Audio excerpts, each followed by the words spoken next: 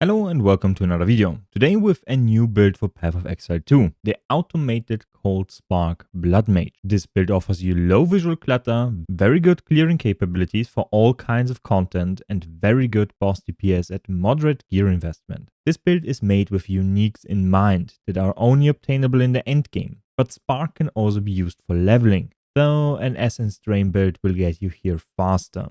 Also keep in mind, cast on crit is only accessible very late, so you will have to hardcast everything and you cannot really automate anything during the leveling process. Now the basic idea of this build is to convert Spark's lightning damage to cold damage through the Brotherhood unique, which will make enemies chilled and freeze them, which in turn will generate cold infusions with the Siphon Element Reservation, which Spark will consume, which will feed into itself because it's dealing even more cold damage. To further improve this, we will use a cast on crit setup with Snap to automate our infusion needs, and Firewall will also be automated through cast on crit, resulting in very low button presses needed to play. For tougher foes and to make use of the Rising Tempest support gem, we will use Frost Bomb for additional exposure application and Elemental Weakness for decreasing resistances of enemies. We can further utilize a Chiming Staff, which will come with the Sigil of Power spell, giving us an additional cooldown to press to improve our damage when we need it. You can find the planner down below as well as an export of my current character into POB. But enough about that. Let's go over the juice and into the game. First up, a quick look at the Mobalytics planner. Everything is explained here anyway, so if you want to read or prefer reading, please look here. Down below you will find a how it works section as well as a how to play section, the tree, the gem setup, the core endgame gear with the best in slot stats, as well as the current gear used in the video you will currently see. So this gear is what I have, this gear is what I strive to obtain. You can also copy the POB code and play around with this build in your path of building if you want to. Now, we are now in-game. First up, the gear. You will find the same gear in POB and in the Mobalytics planner. Of note here is the Call of the Brotherhood, which allows lightning damage to be converted to cold damage. When we look at Spark, you'll find that the lightning damage here is not all too high, but in the Cold Infusion version, we have the same lightning damage, but much more cold damage. If we add those together, the average DPS is going to be 3 times higher, and we fire more projectiles, which is really good. For this one, we are going to use Ricochet, which is 3 pierce on our targets without ever decreasing the damage. Projectiles will also chain and bounce off of walls. Then we are using Projectile Acceleration, which is 40% more projectile speed. On the tree, we have a little bit of projectile speed only to be found here, which is movement speed, so that's a 30%, 8. Really good for this build, so we can pick up this one for free. We improve this skill with prolonged duration. The longer those sparks are going to be on the field, the more reach they have. They can reach off screen, they can damage foes multiple times. Considered casting with the last casting modifier is not all too important to us. We have a lot of cast speed anyway, and this one has a very low cast time at the base level. And additionally, we have Rising Tempest. Rising Tempest will proc because this one is a lightning spell, so that's 12. Then we have our Frost Bomb, which is another 12. And we also have, through cast on crit, our fire spell, which is Flame Wall. Flame Wall will also improve our projectiles with additional fire damage and infuses them with additional lightning damage if we consume an infusion of lightning. But we do not have lightning infusions on this build because we convert all our lightning damage to cold damage. So we have no ability to generate that. Speaking of which, Siphon Elements, with the additional quality, you get 2 additional percentage, which is really good. We use Harmonic Remnants here and Remnant Potency, and this one will spawn on freezing targets, cold remnants, and on igniting targets, fire remnants. We don't use the fire remnants, but we could potentially use a comet setup to consume those, but we would need a Spellslinger wand for this one to work because we are starved on spirit, and currently it's not possible. So we would use an invocation. Now, my wand is a mana drain wand with a Spellslinger wand, which costs a ton of additional money.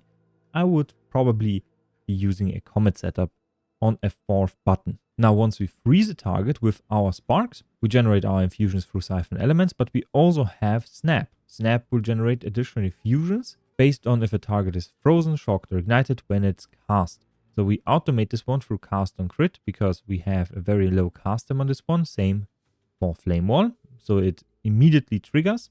We support this through Harmonic Remnants, Boundless Energy, and Energy Retention to have all our spells trigger multiple times. So we have constant uptime on this one. For Elemental Weakness, we have Rapid Casting, Efficiency, and Heightened Curse. So this one will lower the elemental resistances of basically any enemy to basically 0. We support this one through a second weapon set. How do you utilize your weapon set? This one was asked in the previous guide very, very often. So for your elemental weakness, you have to go here and then tick either the first or second weapon set. So if we are currently using in our second hand the Rage Call Chiming Staff, which is here just for the Sigil of Power and the cast speed. Because of the cast speed, we pump out our elemental weakness very, very fast. You will see it's gigantic, ginormous, because we have those green nodes here. Now, how this one works is following. You go, refund a passive point. We have now 2 left. If we refund a passive point like this one, apply, we can now click on this arrow and now apply it to be red on our first weapon set.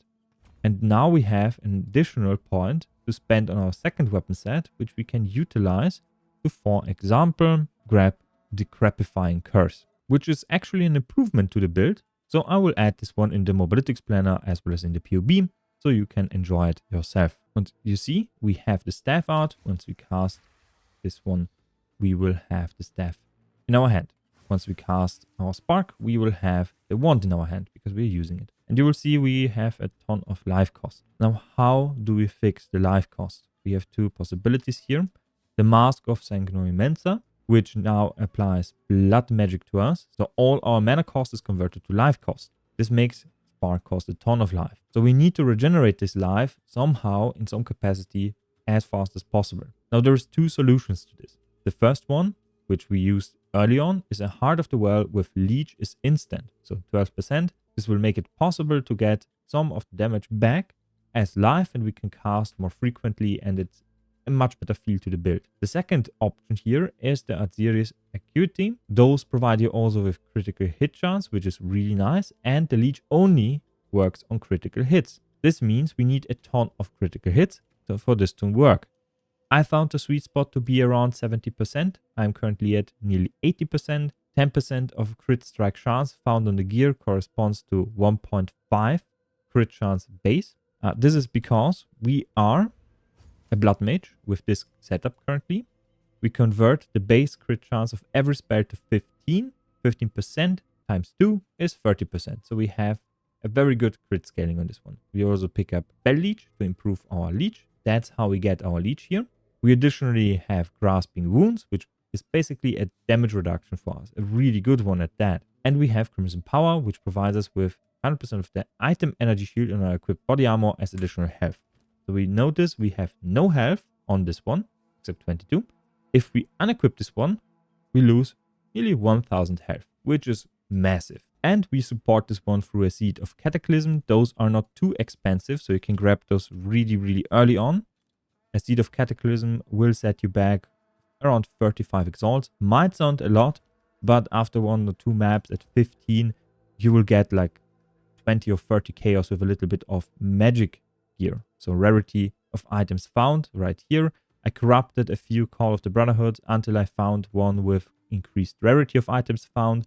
Really good corrupt on this one. Those are very cheap, so you can spam those and get this corrupt relatively easy. I previously also had some on the boots, but currently I don't. So it's around 35%. For now, this is sufficient, but through corruptions, you can also get this one on the mask or on the gloves. However, those are very expensive, around 30 chaos or 40 chaos. So both of them are nearly 1 divine. The rest of the gear is not too expensive. Only the Stellar Amulet. If you cannot find one with +2 spell skills and the required spirit, because we need quite a little bit more spirit than we usually would get here. So to fit everything here, because we are using Siphon Elements as well as Cast and Critical, as well as Convalesce, which is our defensive cooldown. So once we run out of energy shield, we press this one and then our energy shield will start recharging. This is necessary for the build to feel good, because sometimes you just get nuked and you need to restart your regeneration instantly. So you just have a defensive layer to put out so you can reduce damage again. We have 147 spirit currently with 2 neat little tricks, we can get this one down. 20% reservation efficiency for meta skills found right here is enough. So that's 3 points. You can grab it here. And your cast on crit will now cost only 80 spirit. And we can lower this one even further with a little bit of gem quality. So 10% here. But those are not additively, so it's not lowering this one to 70. It's around, I think, 77, 73, something like that. Or 72. I think it's, but this one counts. So you have 10 spare spirit. This means you can grab an amulet with 37 spirit, and this is sufficient for the build. You don't need more. I have one with 47. Just coincidence. You can grab one with 37, and this is sufficient for the build if you grab the quality on cast on crit. This will allow you to slot in siphon elements, cast on crit, as well as convalesce, and that's enough for you. Now you might ask, this one specifies mana, maximum mana used while in the area. We have 0 maximum mana. How does this one work? It takes your health into account. So we press our sigil, and then we start casting, and you will see, oop, the sigil is in max stacked, which is currently 60% more damage while you're standing inside here. And you can boost the damage of a target with the frost bomb for cold infusions. So you cast this one, this is relatively large, it will explode and leave behind also a cold remnant, which you can then use to cast your spark and elemental weakness. So all of those spells you can use to boost your DPS and bosses. During the eclipse, I haven't used Sigil of Power because this one I picked up later, but it's a lot of additional damage for bosses, like a lot. You just have to multiply this one by 60%. That's insane. I already nuked the bosses without the spell, with it, cakewalk. Lastly, I want to talk about the jewels, because jewels are very important for this build. You can grab those relatively cheap because no one is playing cold builds. This one, for example, crafted with a cranium. So at NG, you can go to Abyss, and here down below you can find a preserved cranium. If you find a gem with 3 good stats, you can grab this one for just 4 chaos, slap it on the gem like I did, and potentially grab additional spell damage. So I have 20 spell damage, a lot of crit damage and spell crit chance. So this one only cost me around 20 chaos to get, which is very, very cheap for such a strong jewel. Same for this one, maximum life. You need maximum life to recover. This one is a high priority, so maximum life, then you look for other stats. For this one, I was also very lucky. This one also cost me only about 5 chaos. What about your heart? I have shown you this heart with leech is instant, but now I have my Aziri's Acuity. For this one, now I have one with a lot of damage. Extra damage is fire, chaos, spell crit chance, and slow potency buffs are reduced. I thought this one to be actually quite useful, but I would highly prefer maximum resistances, for example. But 3 stats are enough. I think this one also cost me only around 10 chaos, so not too bad. And lastly, I need to talk about the flask. So now you will see a flask with bubbling on it and abundant. Really important. You want to have extra charges and recovery applied instantly on your flask. So once you get to a very low health amount, like for example here, you can just spam your flask and instantly heal back to full. And it's only halfway done. So you can do this multiple times. It's basically an emergency cooldown for defenses. Really important to have this one with recovery applied instantly. Really, really good. Additional percentage quality here is also really nice. But those are quite expensive and rare. So if I put this one on this one, it recovers a little bit more health. It's an endgame investment, so to speak. I have been using all my bubblers on this one whenever I can. And I only have like 8. So and lastly, something you can craft. So you can see the spell shield has +3 to spell levels. How did I do this? I just go to Agne, go to essences, buy a perfect essence of sorcery with a shield that has cold damage on it, that has critical hit chance and spell cast speed. Then I slammed this one with spell skills and got one with +3. But I was lucky. It's a 33% chance to hit the right one because this one is a suffix. So I had something else, I think resistances on this one before.